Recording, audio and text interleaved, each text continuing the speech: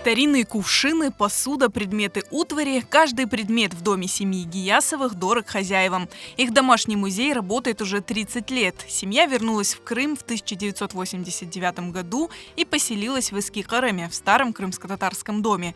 Собирать коллекцию начал покойный муж Гульнары ханым Аким Гиясов. Когда мы приехали, многие люди, когда увидев наш дом, всегда говорили «музей, музей». И потом мой муж говорит мне: давай, говорит, создадим музей. Он, как коллекционер, очень любил историю, и он начал собирать вот эти экспонаты. Первыми экспонатами в музее стали гугумы – крымско-татарские кувшины для воды. Большую часть экспонатов Аким ага купил. Многими предметами обменивался с другими коллекционерами. Пополняли музей и неравнодушные, знавшие, что семья собирает коллекцию. Один гугум, правда, кувшин подарила нам невестке мама.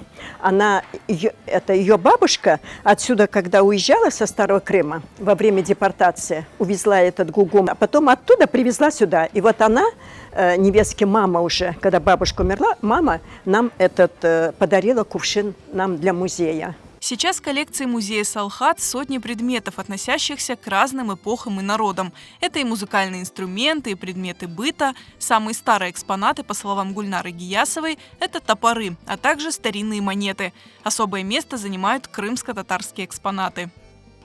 Бу бешикни Акимни досты Батыр багышлады біздің музейге. Бешікте баланы ана доғылған вақыттен 9 айға чық бу бешікте баласын остыре.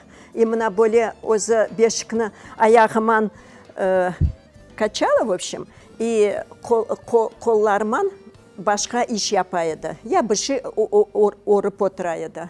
В музее немало интересных предметов, связанных с историей Искикарема, например, части глиняного трубопровода, по которому вода шла в город с горы Агармыш, или телега, на которой увозили тело писателя Александра Грина. Муж у меня Аким, он очень много читал историю, и чтобы для народа, для всех, и для крымских татар, и для других национальностей, сохранить историю. И поэтому он начал собирать это все. И он, когда умирал, сказал: не продавайте этот музей, ты будешь продолжателем. А после меня потом сыновья будут продолжать. Продавать не будем этот музей, только для народа. Музей Салхат стал делом семьи Гиясовых. Они продолжают собирать экспонаты и всегда рады гостям.